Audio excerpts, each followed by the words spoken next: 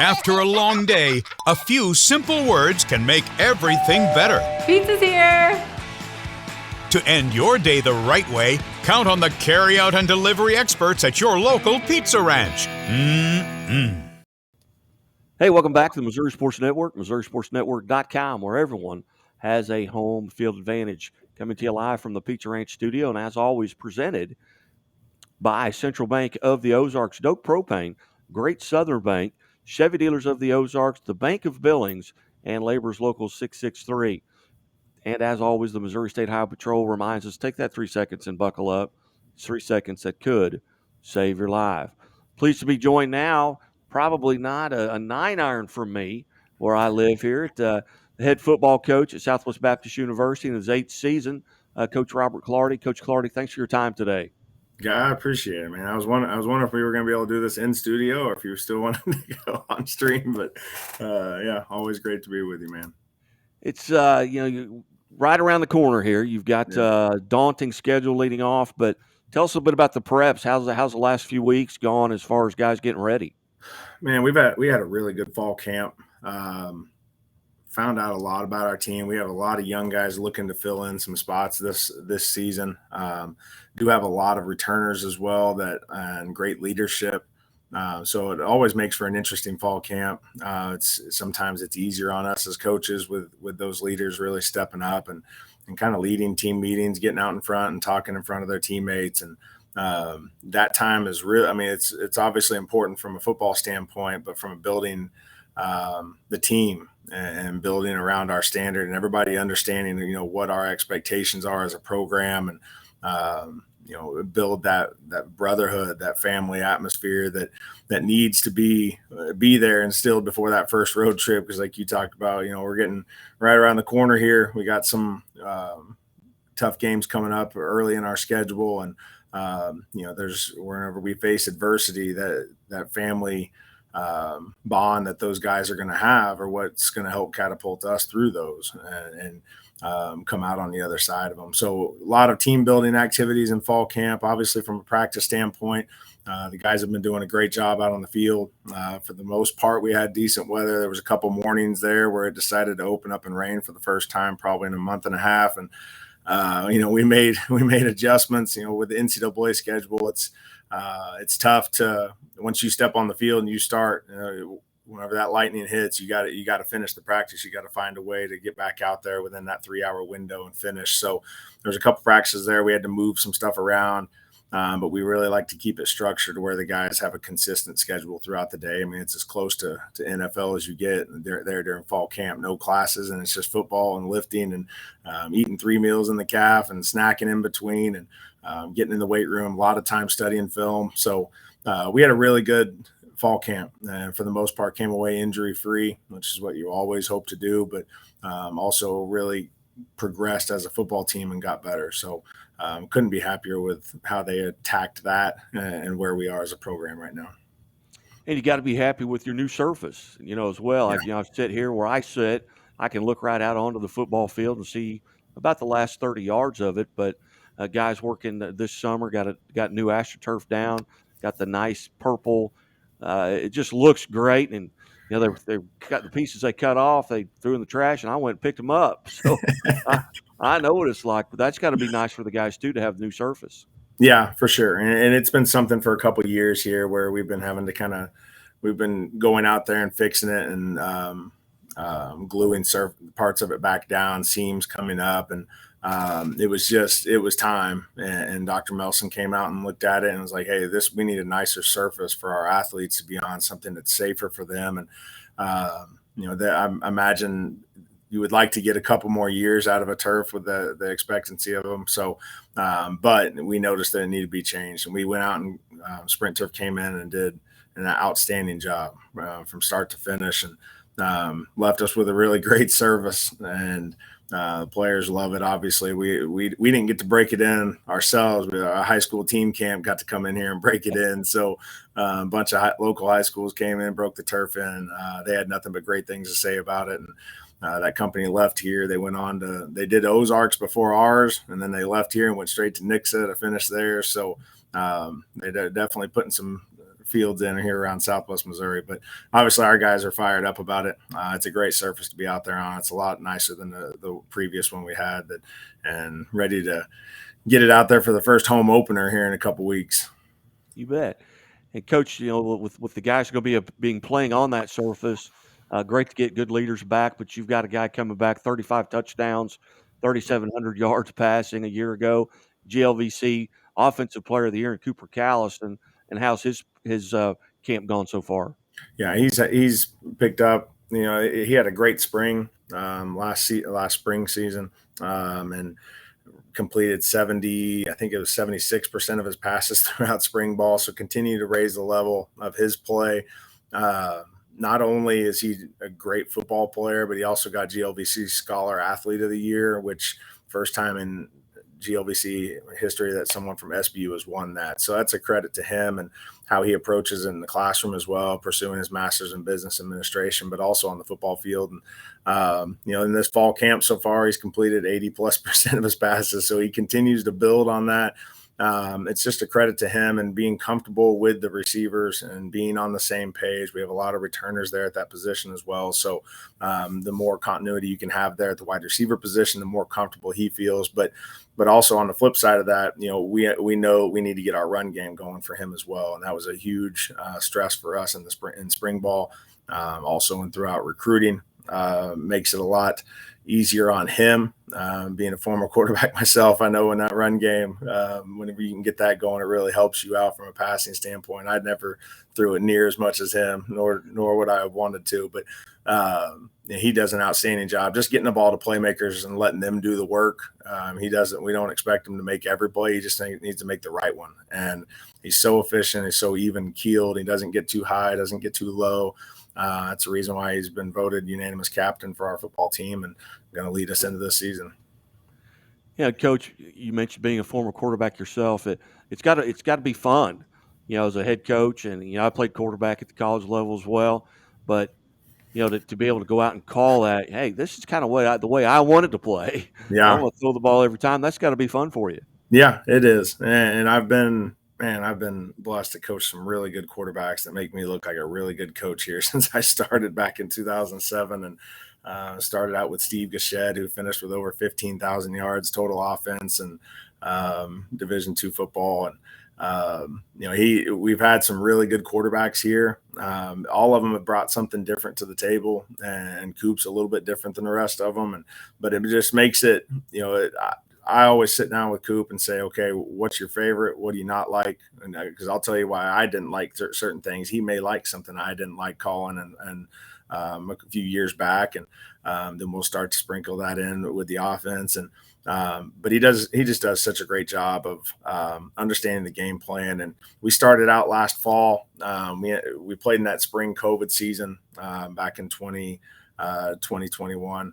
And so we grew a little bit as an offense. It was my first time getting back to calling the plays. And going into last season, we were still learning and still getting on the same page. And it wasn't until probably about week 5 or 6 where we really started clicking and really started to kind of just change who we are as an offense and really figure out who we are as an offense as well. And that kind of led us into this offseason. So Coop has picked up but yeah, just being able to call, a lot of different plays and change things up and get guys lining up in different spots, but they're still going to occupy the same grass. That's kind of what the base of this offense is about. And he does a great job with that.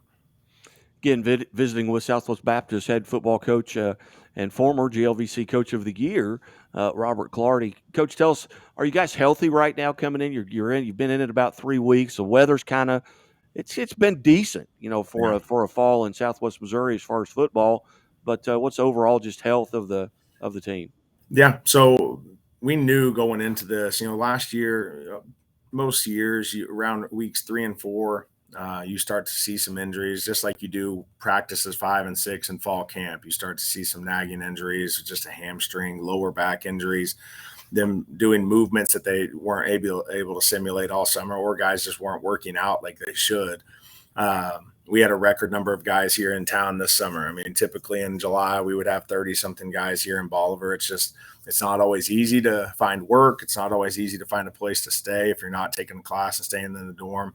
Plus, with all the changes going on our campus, the meal plan was kind of sporadic with the changing of our meal service. So, it's we credit a lot of the injury prevention so far to what they've done this summer. We had 90 plus guys here in July, and that's just, we've never had that. And those guys were working out every single day, and they've seen the benefits of that from January, whenever we got back from Christmas break and started working out, and guys just putting on 15, 20 pounds just because they're eating more and lifting and taking care of their bodies. And Coach Nickham, our strength coach, does an outstanding job with those guys, making sure they understand you can't just you think 3 meals a day and snacking in between is enough. It's not. You need to eat a lot more. And the guys are starting to see the benefits of that. So from an injury prevention standpoint, that's where we're seeing the benefits of that. And we're fairly healthy now. You never really want to talk about that. You'd rather just go out there and play, and you really try and change schedules to get guys to where they're going to be at their peak performance by next Saturday. So still getting after them a little bit this week, knowing that we've got 9 more days left until kickoff. So really getting after them a little bit this week. The weather has been, it's hotter because fall camp, we practice at 9 in the morning. Now we're at 3 in the afternoon, 4 in the afternoon, where it's pretty hot, a little different than 9 a.m. So making sure they understand they've got to get hydrated, they got to sleep, they got to eat, and they got to be at their peak performance come practice time, because that's what their teammates expect them to do. So fairly healthy right now. We're getting to the point now where we're about to start to taper off a little bit and just get them ready for next Saturday. And I knew that there were just a lot of them in town. The 2 or 3 Sundays, I get ready to go to church, and I end up behind like 40 cars going to church. And they're all this size. Man, there's a lot of guys here in town already. They all went to church together. Followed them down there, and Coach, with this new kind of recruiting and transfer portal and things like that, the NIL. Have you seen much of effect of that at the Division II level? From an NIL standpoint, it hasn't really hit us yet. I've started to see a couple things across Division II where it's some schools are seeing that. It has not touched us. From the thing that's affected our level, and not necessarily our level, it's mainly high school kids that it's affected the most, is that transfer portal. And whenever we get down to Texas and recruit, this year we were getting told about kids that probably we wouldn't have been told about in years past, because they were like, oh, they've got a Division I offer, they've got offers for this school. And so it was a little different this year, just because a lot of schools are going transfer portal, because now they can get a kid in their system, and they've already used their 4-4 transfer, so now they're stuck at that school. So now they don't have to go out and re-recruit to replace that person. So it's changed a lot at all levels. And obviously, we've never been big on transfers. Even before the transfer portal, even junior college transfers, that's never really been what we're about. We've always tried to recruit high school. We always get 40 plus high schoolers every single signing class, just to build those guys through the program. And we're seeing the benefits of that now. Whenever you look at our depth chart and you see some of those guys that are big impact players for us, like Colton Smith, our linebacker, led the country in tackles last year, came here as a low scholarship or walk-on kid, earned a low scholarship, and last year led the country in tackles. And be able to see those guys grow through the program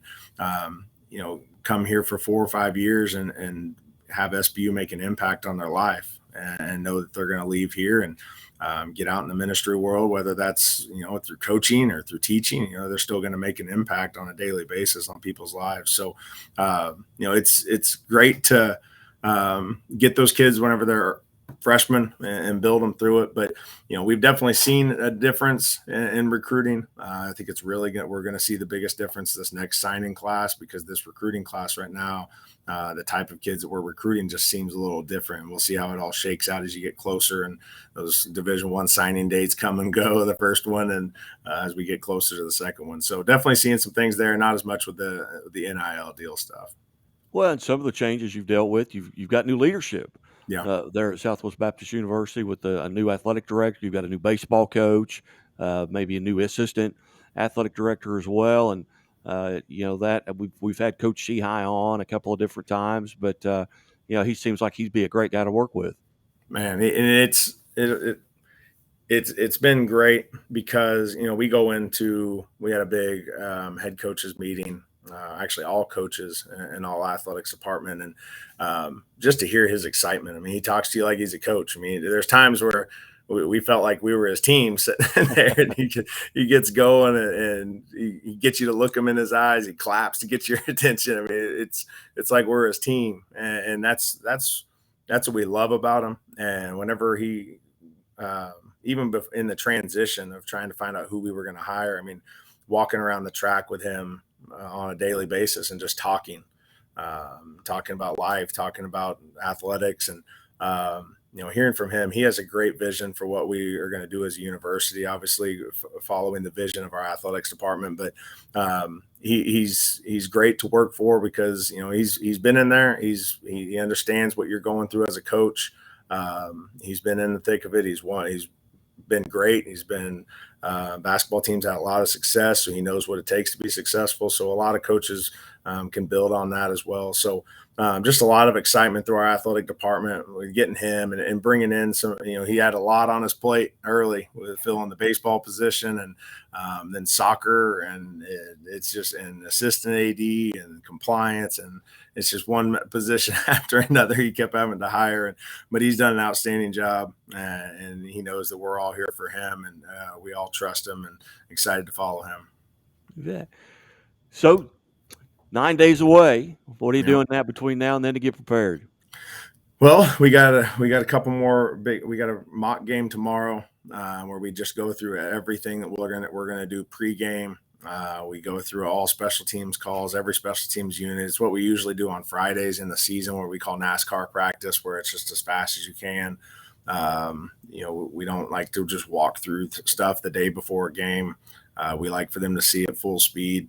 So we're going to do that tomorrow, and then practice a little bit Saturday morning, give our guys Sunday off, and then get back after it Monday and go through another full week of prep for UTPB. Great football team. They actually got on our schedule late last year. They needed a game. I think it was in the middle of fall camp. We found out that their first opponent dropped them. So we picked them up, and they came up here 8-10 days later, something like that, and played a game. So both of us had a quick turnaround on that one. And so now we both have some time to prep, and it's going to be a long trip for us. But we've got our guys in a good place right now from a physical standpoint, and just making sure we get them there from a mental standpoint, from assignment technique and all those things, all those issues that you run into the first game of the season with penalties and turnovers, that kind of stuff, just really stressing that this week. And the guys have been having a great practice. You bet. Coach Clardy, as always, I greatly appreciate you being generous with your time today. I know you've got a lot of things to do, a lot of things on your plate, but hopefully we get to visit with you down the road sometime. Yeah, absolutely. Anytime, guy. I always appreciate it. All right, thank you. Coach Robert Clardy, head football coach, Southwest Baptist University, here on the Missouri Sports Network. Certainly glad you tuned in. And as always, the Missouri State Highway Patrol reminds us, take that 3 seconds and buckle up. It's 3 seconds that could save your life. Step into the new when you drive a Chevy. It's time for a fresh approach and a new perspective. And find the Chevy that's right for you. Find new experiences, find new roads. Chevrolet.